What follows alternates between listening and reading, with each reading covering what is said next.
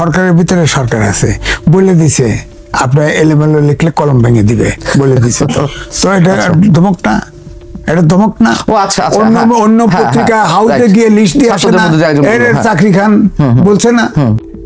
এই অন্তর্বর্তীকালীন সরকার যদি জনগণের প্রত্যাশা পূরণ করতে না পারে তাহলে পূর্বের অবস্থায় দেশ ফেরত যেতে পারে অথবা সেনাবাহিনী ক্ষমতা নিয়ে নিতে পারে।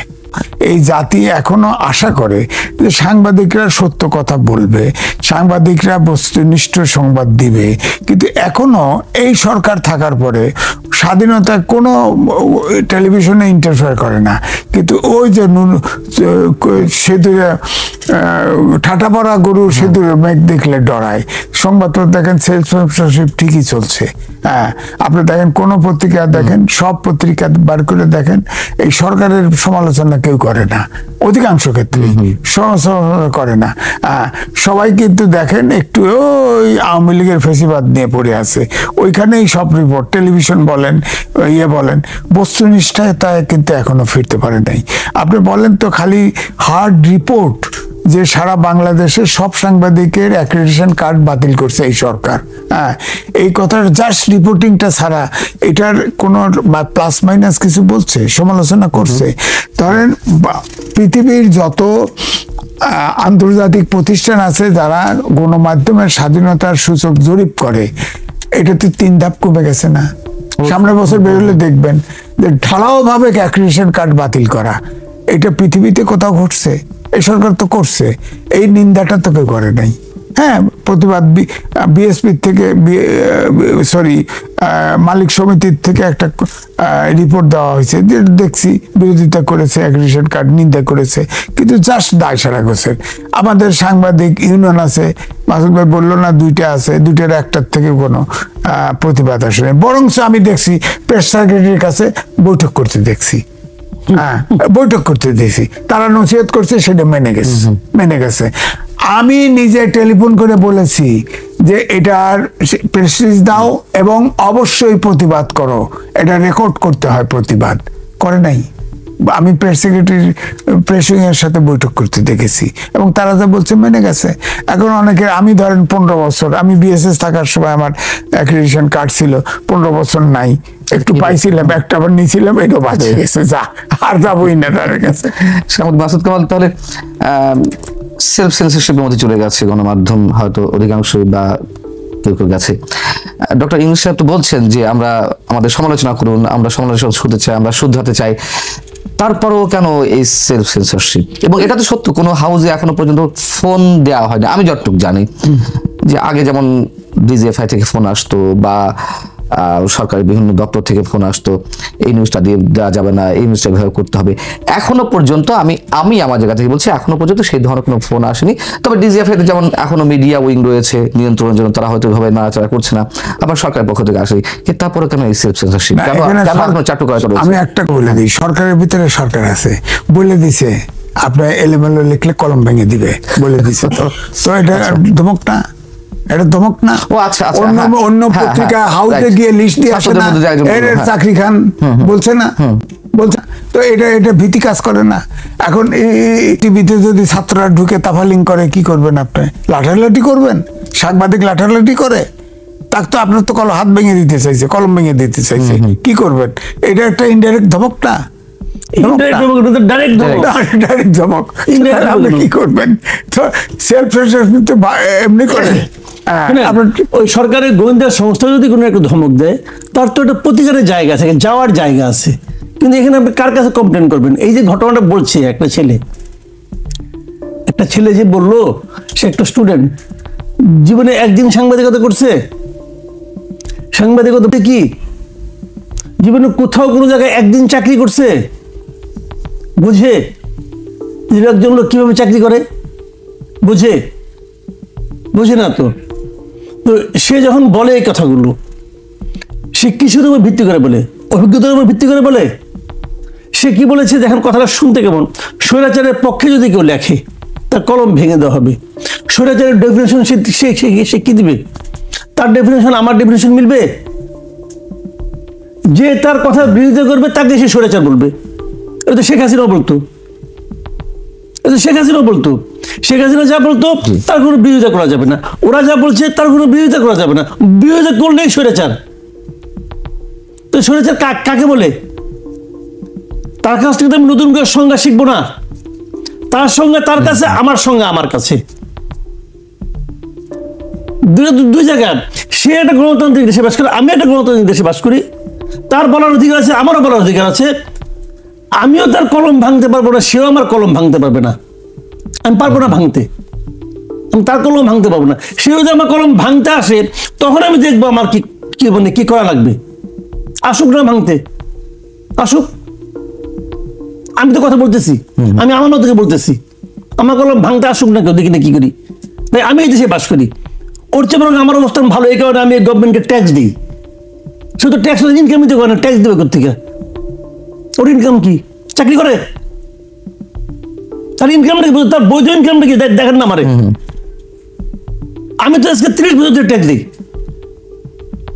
30 বছর ধরে আমি ট্যাক্স দিই ভাই, বৈধ ইনকাম একটা। আপনি ট্যাক্স দেন, গাড়িতে ওঠেন না, ওরা গাড়ি ওঠে, উঠে গাড়িতে উঠুক, ওই গাড়ির চাকা কয়দিন হাওয়া থাকে এটাও আমরা দেখবো। ওই হাওয়া কমতে কমতে যতদিন লাগবে আল্লাহর রহমতে ততদিন আমরা থাকবো বাচ্চা ইনশাল্লাহ। এই দেশে মরার সময় হয়ে গেছে, কোনো সন্দেহ নাই। এত সহজ না, এত সহজ। এই হাসিনাও মনে করতো, হাসিনার এক রাজপুত্র আসলো না, তাপসটা কি যেন নাম, ঢাকার রাজা হয়ে গেছিল, সে অনেক কিছু মনে করতো। কোর্টে দাঁড়িয়ে বলতো এক চিফ জাস্টিসকে নামিয়ে দিয়েছি, বলছে, বলার পর তার কেউ একটা কেস পর্যন্ত স্পর্শ করতে পারে নাই। বলছে তো যে এত পাওয়ারফুল লোক, কই পাওয়ারফুল মনে হয়। আমরা আছি এখন, আমরা তখনও ছিলাম, এখনো আছি, ইনশাল্লাহ আগামীতেও থাকবো। কাজেই বাঙালির একটা সমস্যা জানেন কি? বাঙালির একটাই সমস্যা, যে বাঙালি থামতে জানে না। যখন বলতে শুরু করে থামতে জানে না, এই থামাটা শিখতে হবে, না হলে জনগণ একসময় শিখাই দেয়। এত সহজ না দুনিয়াটা।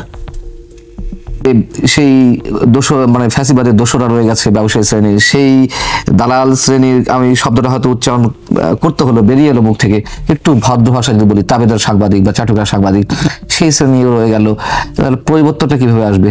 দেখেন, আপনার 5ই আগস্ট এটা কিন্তু রিয়েলি বিপ্লব হয় নাই, অর্থাৎ সমাজতান্ত্রিক বিপ্লব হয় নাই যে 1 মাস 2 মাসে কালচারাল বিপ্লব করে মানুষের মনোজগৎ পরিবর্তন করে দিবেন। দেশে মানুষ যা ছিল তাই আছে, কেউ বিপদ দেখে চুপ আছে, কেউ একটু বিপদ কম মনে করে কথা বলতেছে, এই পার্থক্য হয়েছে। কিন্তু আমি তো দেখছি স্ট্রাকচারালি এবং মানসিকতার কোনো পরিবর্তন এখনো সমাজে ঘটেছে আমার কাছে মনে হয় না। এখন এই জন্য বলছি যে যার ফলে সাংবাদিকরাও সব শ্রেণী পেশার লোক এখন সতর্ক, দেশটা কোন দিকে যায়, দেশটা কোন দিকে যায়। 5টা মাসে দেশটা কোনো স্টেবল ফর্ম কোনো দিকে আসে নাই। আপনার কোনো প্রফেশনে দেখেন, আমলা চাকরিজীবী বলেন, ব্যবসা বলেন, ব্যবসা তো ছবির, হ্যাঁ, আইন শৃঙ্খলা বাহিনী, কোনো জায়গায় কিন্তু স্টেবিলিটি আসে নাই। এই জন্যই এখন এই সরকার, ধরেন প্রধান উপদেষ্টা বলেছেন যে এই যে সনদ হবে, ছাত্র অভ্যুত্থানের সনদ হবে, এই সনদের অনুযায়ী নির্বাচন হবে এবং দেশ চলবে। এখন এই কথা বলার পরে এখন বিরোধী দলগুলো দেখি যায় না, বৈঠকেই যায় না, বৈঠকেই যাচ্ছে না, তো সমাধানটা কোথায় হবে? এখন এইটার কারণে কিন্তু অনেক ব্যাখ্যা দেওয়া যায়। তাহলে কি ওনারা আসলে যে কথা বলেছিল যে যতটুকু সংস্কার হবে ততটুকু নিয়েই যাব, সংস্কার না চাইলে, সংস্কার না করেই নির্বাচনে যাব, আসলে কি ওই জায়গা আছে সরকার? এটা কিন্তু স্বাভাবিক প্রশ্ন দাঁড়ায়। তাহলে ওনারা কার কাছে ক্ষমতা দিতে চান? এনারা তো পারছেন না, এনারা তো পারছেন না। কেউ বলছে না যে এই সরকার পরিচালনা করতে পারছে, এই সরকার পারছে না। এই জন্যই তো দাবি উঠেছে, যে সব দাবি উঠেছে রাজনীতিবিদদের হাতে ইলেকশন করে ক্ষমতা দিয়ে দেওয়া উচিত, এই জন্যই দাবিটা উঠেছে। এবং আপনারা এই যে দেখেন 3 দিন আগে নিউজে ইন্টারভিউ ছাপা হয়েছে প্রধান উপদেষ্টা, তিনি কিন্তু সরল, স্বীকারোক্তি বলবো না, সরলভাবে অনেক কথাই বলেছে। ওনারা শিখছেন, বুঝছেন, এটা ওনাদের ইয়ে না। তো এখন সরকারের যা কি শেখার সুযোগ থাকে? এটা সরকার না তো। আমি একটা এনজিও করলাম, আমি একটা প্রতিষ্ঠান করলাম, আমি 1 বছরের জায়গায় 2 বছর শিখবো, সমস্যা নাই। তারপরে আমি ব্যবসা করব। আমার কাছে মনে হচ্ছিল, এর আগে আমি বলেছি যে নির্বাচন এই বছরের শেষে হবে, আমি কনফিডেন্টলি বলছিলাম প্রধান উপদেষ্টা হওয়ার পরে, বলার পরে। বড় জোর পিছাইলে সামনের বছরের প্রথম দিকে হইতে পারে, কারণ সাধারণত নির্বাচন তো ডিসেম্বর, নভেম্বর, জানুয়ারি এতেই হয়, শীতকাল, তাই না? তো এই সময় পিছাই টিছাই আলটিমেটলি ধরে নিয়েছে ওইখানে হইতে পারে। কিন্তু আজকের ঘটনার পরে আমার কাছে তো মনে হচ্ছে আমরা কি আবার ক্রাইসিসে ঢুকে পড়তেছি কিনা, সমস্যায় ঢুকতেছে কিনা। তাহলে এই সমস্যার পরিণতিটা কি? এর আগে আপনাদের দেখেন, আপনার ভারতীয় সেনা প্রধান বক্তৃতা দিছে, খেয়াল করে দেখেন। আজকে আবার দেখেন পাকিস্তান এবং প্রতিবাদ করছে আর একটা। সব মিলে আমার কাছে কিন্তু খুব পরিষ্কার পরিস্থিতি মনে হচ্ছে না এখন। আজকের পরে হয়তো কালকে ঘুম থেকে উঠে দেখতে পারি কোনো দিকে ঝুঁকে পড়ছি কিনা। আমার কাছে আজকে কিন্তু খুব সুখের সংবাদ মনে হচ্ছে না। সাংবাদিক যে চরিত্র, সেখান থেকে আমরা পড়তে পাচ্ছি না, বা ফ্যাসিবাদের দোষর হিসেবে আমরা যাদেরকে ট্রিট করছি তারাও বহাল তবিয়তে আছে, এরকম বেশি বেশি ক্ষমতাশালী লোকদেরকে নিয়ে এদেরও কিছু হবে না, তাই তো? কিছু হবে কিনা বলা কঠিন, কারণ আপনি ধরেন অগাস্টের আগে কেউ কি ভেবেছিল যে মুজাম্মেল বাবুর কিছু হবে, কেউ কি ভেবেছিল শ্যামল দত্তের কিছু হবে, কেউ ভেবেছিল নঈম মিজানের মতো লোকের কিছু হবে? এরা তো আবার সবসময় ভালো থাকে। আমি যদি এই বসুন্ধরার মতো যে ব্যবসায়ী প্রতিষ্ঠান ভালো থাকতেও পারে তারা। নঈম নিজাম যে সার্ভিস দিয়েছে বসুন্ধরাকে, আমার তো মনে হয় যে আপনার সরকার যখন যদি একটা গণতান্ত্রিক গভর্নমেন্ট চলে আসে ভোটের মাধ্যমে, যদি এরা যদি এই অবস্থান যদি চেঞ্জ হয়, যখন নাকি 5 বছর মেয়াদি চিন্তা করবে বসুন্ধরা। এখন তো বসুন্ধরা চিন্তা করতেছে শর্ট টার্ম প্ল্যান, কিন্তু অ্যাডহক ভিত্তিতে কাজ চালাচ্ছে তারা। যখন তারা লং টার্মে একটা কাজ, নঈম নিজামকে নিয়ে আসবে, নঈম নিজামের মতো এত অনুগত ভৃত্য সে পাবে না, জীবনেও পাবে না। তো এরকম লোক তাদের দরকার আছে। এবং শুনেন ভাই, আপনি একে ধরছেন কেন? ডালপালা ধরে তো লাভ নাই, মূল গাছটাকে বলেন না কেন? এক লতার গাছ কাটবেন, আরেক লতা ওখানে বাইরে বেয়ে উঠবে। এগুলো তো আপনি লতা পাতা নিয়ে টানাটানি করতেছেন, কিন্তু গাছটা তো আছে, গাছের কিছু হয়েছে কিছু গাছের 10টা প্রতিষ্ঠানের নাম তালিকাভুক্ত করছে তো দেখলাম। 10টা প্রতিষ্ঠানকে তারা ধরবে, গভর্নমেন্টকে ধরার জন্য ওইভাবে চেষ্টা করছে। কি করতেছে তারা? যেটা করতেছে বড় জোর, যেটা করতেছে বন্ধ করে দিচ্ছে। ভাই বন্ধ করে দেওয়ার আরেক সমস্যা আমি আপনাকে বলি। যেমন ধরেন, আমি একটা ছোট্ট এক্সাম্পল দেবো। এই 10টা প্রতিষ্ঠানের মধ্যে সবচেয়ে নটোরিয়াস গ্রুপ আপনি কারে বলেন? এসআলএমকে বলবেন, তা তো আপনি সে তো চলে গেছে। ধরা যাক বসুন্ধরাকে ধরি আমরা, বসুন্ধরার লোকটাকে তো আপনি নিয়ে জেলে ঢুকাইছেন, ভালো করছেন, সে অনেক অন্যায় করছে, এর তো কোনো সীমা নাই। কিন্তু বসুন্ধরার যে প্রতিষ্ঠানগুলি আছে, মানে আপনার সরি বসুন্ধরা না, আমি সরি বললাম, বেক্সিমকো, আমি বেক্সিমকো কথা বলছি, সরি বসুন্ধরা, বেক্সিমকো। বেক্সিমকো যে লোকটাকে ধরেছেন, সালমান রহমানকে ধরেছেন। আচ্ছা, বেক্সিমকোর তো অনেকগুলো প্রতিষ্ঠান বাংলাদেশে আছে। কত লোক আছে বেক্সিমকো প্রতিষ্ঠানে? মিনিমাম 70,000। এই 70,000 লোক বেক্সিমকো চাকরি করে। আপনার প্রতিটা পরিবার যদি 4 জন করে হয়, কত লোক চাকরি করে? তো এখন আপনার কি করা উচিত? আমি সরকারকে বলবো, আপনি সালমান রহমানকে ধরেন, তার শাস্তি দেন, কিন্তু তার যে প্রতিষ্ঠান যেগুলো আছে ওগুলি 1 নম্বরের লোকগুলি চাকরি করে। যে টাকা দিয়ে সে প্রতিষ্ঠানটা করছে ওই টাকাটা কার? রাষ্ট্রের টাকা। এখন আপনি কি এমন কিছু করবেন যাতে নাকি প্রতিষ্ঠানগুলো বন্ধ হয়ে যায়? নাকি আপনি করবেন? আমি মনে করি এই প্রত্যেকটা প্রতিষ্ঠানের দায়িত্ব সরকার একজন করে অ্যাডমিনিস্ট্রেটর হাতে দিয়ে দেওয়া উচিত। অ্যাডমিনিস্ট্রেটর থাকবে, সে চালাবে প্রত্যেকটা প্রতিষ্ঠানকে, এবং আয় ব্যয়ের হিসাব সে দিবে, কোনো অর্থ যেন বাইরে চলে না যায়। ঠিক আছে? বেক্সির মতো আপনি করছেন, ধন্যবাদ। আর কোনটা করছেন?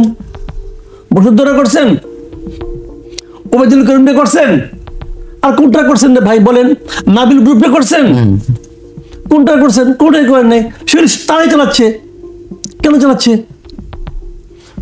এই সময় তো শাহ আলমের মুখে শফিক রেহমান চাইলেই কেন কেক তুলে দিতে পারবে? শাহ আলমের তো থাকারই কথাটা তো আছে। তো আন্ডারস্ট্যান্ডিংটা হয়ে যায়, কার সঙ্গে কার হয়, কিভাবে হয়, 2 দিন পরে টের পাওয়া যায়। কিন্তু কিছু না কিছু আন্ডারস্ট্যান্ডিং তো হয়েছে। ওবায়দুল করিমের সঙ্গে আন্ডারস্ট্যান্ডিং হয় নাই? হয়েছে তো রে ভাই। মজার ব্যাপারগুলো আমি দেখে আপনাকে, ইন্টারেস্টিং দেখবেন। গত কয়েকদিন ধরে আপনি পত্রপত্রিকা দেখবেন যে কালের কণ্ঠ এবং বাংলাদেশ প্রতিদিন হঠাৎ করে দেখলাম একটা নিউজ। কি নিউজ? যে সিমিন রহমান এবং তার ছেলের দুবাইয়ে বিলাসবহুল বাড়ি। চোখে পড়ছে কি না আমি জানি না। বিলাসবহুল বাড়ি আছে সিমিন রহমানের। প্রথম আলো বিরুদ্ধে লেগেছে এখন। কারণ সিমিন রহমানের বিরুদ্ধে লাগছে, বিলাসবহুল বাড়ি আছে, কিন্তু বাড়িটা কিন্তু অবাস্তব না, নিউজ ঠিক আছে। আচ্ছা, এখন হঠাৎ করে এটাই লেখলেন কেন? কারণ তার 2 দিন আগে 3 দিন আগে ডেইলি স্টারে একটা নিউজ বেরিয়েছিল যে বাংলাদেশের কোন কোন ধন কুবেরের দুবাইয়ে বাড়ি আছে, সেই লিস্টে কার 1 নম্বরে কে আছে? যে আনোয়ারুজ্জামান, এই যে বাংলা ভিশনের মালিকদের একজন ছিল আনোয়ারুজ্জামান, আকরামুজ্জামান, ইকরামুজ্জামান যিনি ছিল, তাই না? এদের সবার নাম আছে, নাম নেই, সিমিন হোসেনের নামটা নাই। ওখানে কিন্তু বসুন্ধরা মালিকের ছেলের নামও আছে, ওই যে মানে বড় ছেলেটা সায়েম সুবান, তার নামও আছে, তার কত টাকা ইনভেস্টমেন্ট আছে, কিন্তু সিমিন রহমানের নাম নাই। ওরা কিন্তু আদর্শ সাংবাদিকতার ধারক বাহক বলে মানে নিজেদেরকে পরিচয় দিচ্ছে। কারণ ওই শূন্য স্থানটুকু এরা পূরণ করে দিচ্ছে। ভাই তোমারও তো আছে, তো ওটা বলো, ওটা বলো, ওটা বলে না। তো সাংবাদিকতা তো এবার যে যারা লিখছে, যারা বসুন্ধরা, যারা আপনার ডেইলি স্টারে রিপোর্ট করেছে, জায়মা, ও তো অনেক ভালো ভালো রিপোর্ট করে, তো তাকে তো এই রিপোর্টে লিখতে হয়েছে, সেখানে তো সিমিন হোসেনের নামটা বাদ দিতে হয়েছে ভাই। দিলে সমস্যা কি হতো? তার যদি বোঝো টাকা, এটাই হলো সাংবাদিকতা। আমাদের এখানে সাংবাদিক হলো এরকম যে আমি সব লিখবো কিন্তু ওইটুকু লিখবো না। আবার ওনার সাংবাদিকতা কি, আমার নাম নাই, আমি কিছু করি না, সব সিমিন রহমান করছে, তার পোলা করছে। এখন ওখানে যে সাংবাদিক লিখছে তাকেও তো লিখতে বাধ্য হয়েছে। তাহলে আসলে দায়টা আপনাকে, এই লতানো পাতানো গাছ দিয়ে গবেষণা করার লাভ নাই, গবেষণাটা করতে হবে গাছের মূল গাছটা নিয়ে। আমি মনে করি প্রথম কাজ হলো এই 10টা প্রতিষ্ঠানের প্রত্যেকটাতে সরকারের অ্যাডমিনিস্ট্রেটর নিয়োগ করা। কিছুদিন আগে দেখলাম কোন নাকি ভ্যাকসিন কোথাও নাকি রিসিভার নিয়োগ করছে। আর রিসিভারের অ্যাডমিনিস্ট্রেটর কি এক জিনিস? রিসিভারের কাজটা কি? সবকিছু নিয়ে নিলামে বিক্রি করে দেনা পাওনা শোধ করে দেওয়া। তো আমরা কি ওটা চাই?